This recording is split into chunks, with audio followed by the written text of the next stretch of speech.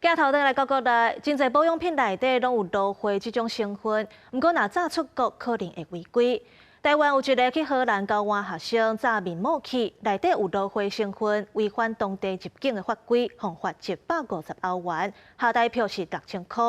因为大个国家检疫甲禁止的产品是无啥共款，要出国进前就要查好详细。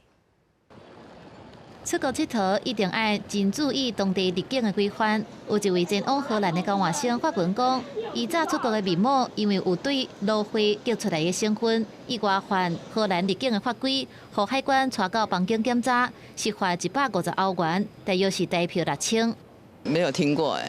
对啊，我们也都带面膜啊，很惊讶，真的很惊讶。有很多那种清凉的面膜都是有芦荟的啊。因为它不是明显的植物，它是已经变成成分，不会特别注意出国的成分啦。有人唔敢相信，有人表示了后出国会真注意物件的成分。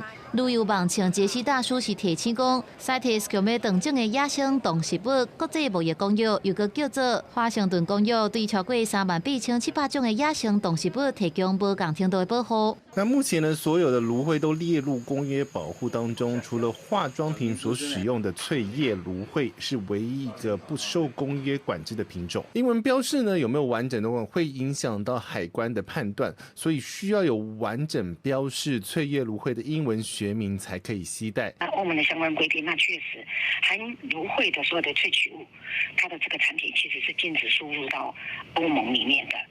不仅仅只是说这个面膜，包括含有芦荟的食品，完全都是禁止的。所以这里提醒我们的民众，大家特别注意。防检署也提醒讲，每一个国家检疫也是禁止输入的产品品项拢无啥共款，入境进前一定要先查好去的国家相关的入境检疫规范，加较细致的才袂加了钱。公司新闻采访报道。